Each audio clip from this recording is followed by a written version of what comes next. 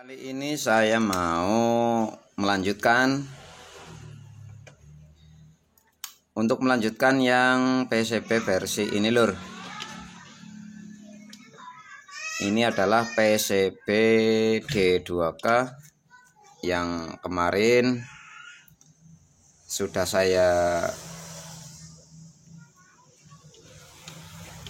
buat video sebelumnya ya, tentang kapasitor ini dan seberapa pengaruhnya settingan diatim ini. Nanti akan kita coba lihat bareng-bareng. Ini ya masih sama, saya pun masih menggunakan FET SMP-S 26N50. Itu saya coba untuk mengendalikan keempat FET ini, ternyata lebih sulit lur. Itu ya, itu jangan dikira semakin banyak final itu semakin mudah untuk dikendalikan. Itu malah justru sebaliknya lur.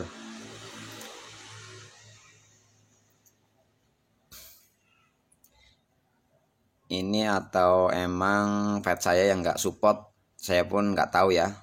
Nanti akan coba kita lihat bareng-bareng aja. Ini sebelumnya saya memakai kapasitor 101 dengan menggunakan EGS 26N50 FET SMP-S. Dan ini kapasitor frekuensinya memakai 471. Saya merubah output ICIR. Itu kalau asli bawaan itu menggunakan 22 ohm kalau nggak salah ya. Itu saya menaikkan menjadi 47 ohm. Itu di PCB ini yang saya rubah cuma itu. Dan akan saya coba lihat outputnya, kita lihat sama-sama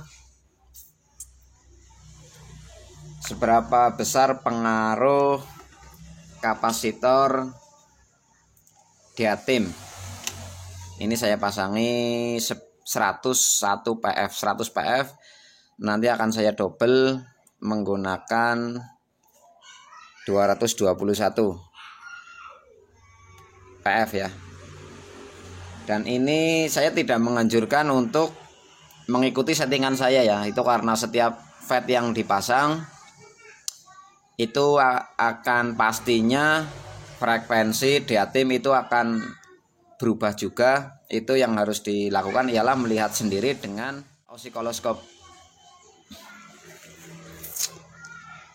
Itu akan saya coba hidupkan menggunakan SMP-S yang biasa ini 94 volt.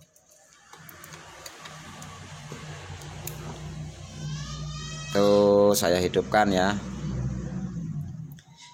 Itu entah ini untuk kedepannya untuk PCB versi ini mau dijual bebas atau cuma mengeluarkan kit saja. Itu saya hanya bisa membantu review aja buat Bapak Aflah ya, Bapak Aflah Nasrullah. Itu ini saya laporan, ini hasil trial saya ini menggunakan SMP-S 4 kVA 294 volt CT dengan frekuensi bisa dilihat. Itu saya masukkan ke sini ya. Ini itu dengan frekuensi, bentar saya taruh di sini aja. Frekuensi mungkin ini belum start.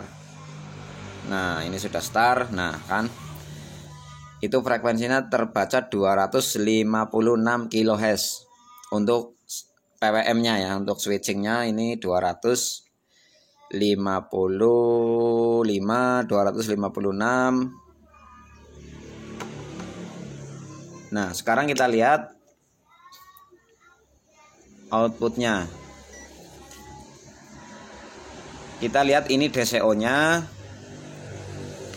DCO-nya sangat bagus, 0,001. Dan ini saya pindahkan ke AC. Tes. Nah, sudah ke AC. Ini volume saya buka. Outputnya berapa ini? Outputnya saya naikkan terus menerus ini lur. Ini cuma untuk melihat outputnya dulu aja ya. Ini sudah limit, sudah aktif. Ini untuk kit ini kalau limiternya dipakai itu nggak bakalan lampu klip ini nyala ya, nggak bakalan sampai terang, karena kalau ini nyala akan mengaktifkan limit dan akan menurunkan volumenya. Nah, bisa dilihat ini nyala sedikit dan volume sudah mentok. Mau dinaikkan sampai besar pun itu tetap akan cuma 62 volt. Nah, kenapa outputnya cuma segitu? Itu akan saya sedikit terangkan. Mudah-mudahan nggak salah ya lur ya. Mudah-mudahan nggak keliru. Mohon maaf kalau ada yang lebih tahu. Itu saya mohon maaf ya. Itu barangkali saya menerangkan itu keliru. Ini outputnya adalah 94,7 volt DC. Sudah berupa DC. Sedangkan AC-nya kalau dari output trafo misalnya, itu coba kita hitung sebenarnya berapa AC kalau outputnya 94. Itu kayaknya kalau nggak salah ini kayaknya kalau 65 volt AC. Kalau 65 volt AC kita kalikan 1,414. Itu kalau masih AC. Kalau dari trafo 65 dikalikan 1,414, karena tegangan kalau sudah dilewatkan dioda itu akan berubah. Kita kalikan ke 1414 itu menjadi 91 volt. Sedangkan ini tadi itu 94. Jadi kalau nggak salah itu sekitar berapa ini? Bentar. Sekitar 66 apa ya? Apa 67 kali 1,414. Nah, ini berarti tegangan kalau dari trafo itu 67. Itu jadinya ini PSU saya ya. Nah, kenyataannya di sini setelah tegangan AC dirubah ke DC dan kita masukkan ke sebuah kit power, ini half bridge ya, bukan full bridge, itu makanya nggak bakalan outputnya nggak bisa besar lur. Ini mudah-mudahan paham ya. PSU dari trafo 67 dan kita coba naikkan volumenya, outputnya itu sudah mentok di 62 volt. Itu limiter sudah aktif karena sudah terjadi sinyal cacat ya. Nah, mudah-mudahan paham. 67 volt AC, outputnya keluar 62 volt AC. Itu nggak mungkin kita suplai 67 outputnya 67 ataupun 66, itu nggak mungkin ya. Itu efisiensinya sudah sangat tinggi. Dan ini cuma keluar segitu. Kalau efisiensi 100% mungkin kita suplai 67 volt, outputnya bisa 67 volt juga. Itu kalau ada kit bisa efisiensi 100%. Karena sebuah kelas D ini cuma 90%. Jadi mungkin wajar ini ya. outputnya keluar 62 volt. Oke, lanjut. Akan saya coba bebankan di berapa ohm? Di 8 ohm biar sama-sama adil ya. Semua kit kita bebankan di 8 ohm dulu. Ini sinyalnya output. Ini 62 volt, kita lihat sinyalnya. Ini ya, sudah terjadi klip. Sinyalnya sudah sedikit cacat di ujung, makanya limit sudah aktif. Dan kemarin ada yang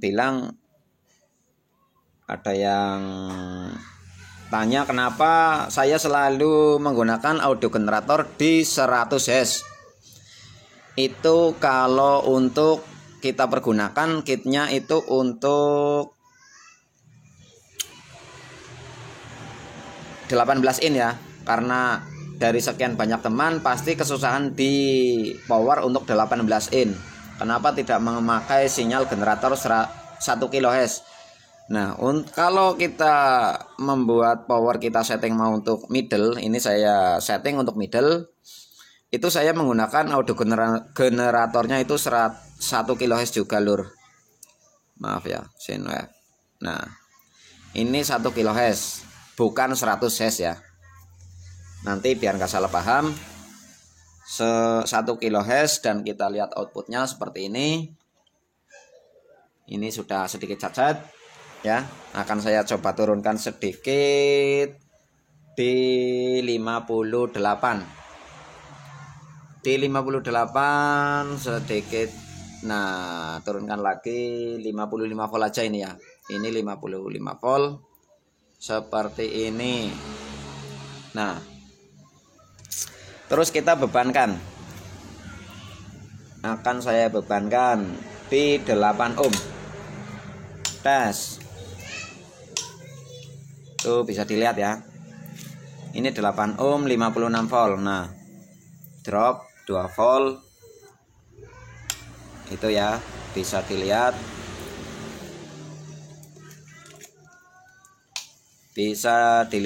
drop ke 54 volt. Nah, ini masih hangat ya, masih bisa dipegang. Nah, kemudian akan saya coba turunkan lagi ke 4 ohm.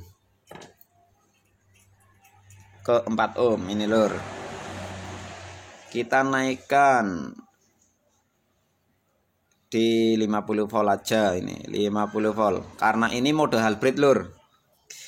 Begini, ini bukan mode PTL, itu makanya outputnya nggak bisa tinggi. Itu kalau saya sering kasih video 2 power atau full bridge itu bisa keluar 100 volt. Itu ibaratnya ini memakai 2 kit ini ya. Memakai 2 kit, kita jadikan satu outputnya, makanya outputnya bisa sangat tinggi. Sedangkan kalau mode hybrid berarti separohnya, makanya outputnya pun pasti separohnya ya. Itu akan saya naikkan 50 volt aja. 50 volt beban. Nah, 50 volt aja ini.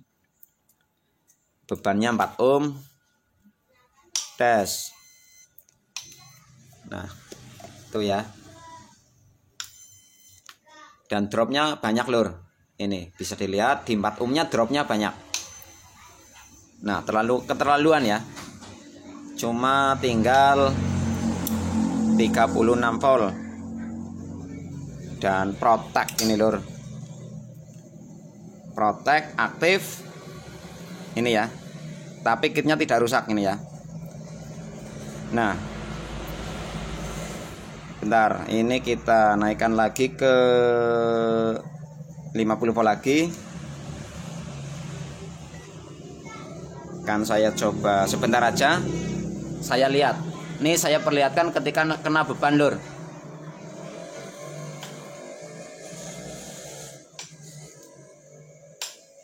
Nah, sangat jelek ya sinyalnya. Ketika kena beban sinyalnya sangat jelek. Nah, kenapa bisa seperti itu? Kenapa waktu 80 ketika di beban 80 8 ohm itu aman, dan ketika kita bebankan di 4 ohm itu drop parah. Dari 50 volt ke 35 volt tadi ya, bisa dilihat tadi. Itu karena settingan C-nya ini belum pas lur. Karena settingan kapasitornya ini belum pas. Itu ya. Jangan kecil hati dulu. Ini kan apa? Ini masih 100 PF. Itu akan saya coba tambahi lagi. Untuk melihat perbedaan ini, apa bedanya kapasitor Deatim antara 100 PF, 220 dan 331. Ini kan ketemunya 331. Itu kayaknya sudah saya buat video di sebelumnya ya, bisa dicari aja. Itu akan coba kita ulangi lagi, bedanya apa? Bedanya apa kapasitor Deatimnya ini? Ini saya coba hidupkan lagi. Tes. Saya coba hidupkan lagi. Nah, itu ya, sudah hidup. Ini saya pindahkan dulu ke 8 ohm. Dan tadi di 8 ohm kita naikkan di 55. Bentar, 55. Ini kendor ini ya. 55. Nah, 55 volt outputnya. Kita coba bebankan. Tuh ya. 55 volt dengan Deatim yang sudah kita tambahi. Itu lebih stabil, dan ini sinyalnya lur. Nah, stabil ya. Terus kita pindahkan di 4 ohm. Nah, ini sudah saya pindahkan 4 ohm. Nah, sudah pindah ya. Saya bebankan lagi. Tes. Nah, bisa dilihat. Ini bebannya. Tes. Nah, cuma drop ke 53 volt ini lur. Dan kita lihat sinyalnya ini waktu kena beban. Tuh ya. Itu tidak seperti yang pertama. Waktu kita memakai kapasitor ini cuma 100 PF, itu sinyal kotak itu di video sebelumnya itu semakin mepet. Sinyal kotaknya itu semakin mepet, akan tetapi hasil outputnya itu malah melempem lur. Sedangkan ini yang saya pasangi memakai 3031 PF, itu sinyal kotaknya semakin melebar, akan tetapi hasil outputnya itu lebih tahan. Ketika kita load itu malah lebih stabil. Itulah kenyataannya lur. Itu praktek saya ya, itu praktek saya. Mohon maaf buat para guru-guru saya ya, yang sudah banyak mengajarkan. Bukan bermaksud apa-apa, ini cuma hasil praktek saya, bukan bermaksud mengajari yang lain apabila cara saya ini sesat. Ini mudah-mudahan bermanfaat aja ya. Kalau mau meniru monggo silahkan, kalau tidak mau meniru ya nggak apa-apa. Ini versi saya saja. Ini laporannya buat Bapak Aflah. Ini saya sudah memaksimalkan PCB dari panjenengan ini. Dan saya cuma berani load di 4 ohm saja, tidak berani load di 2 ohm. Buat yang sudah menonton, mudah-mudahan bisa menghibur panjenengan semua. Sekian dan terima kasih.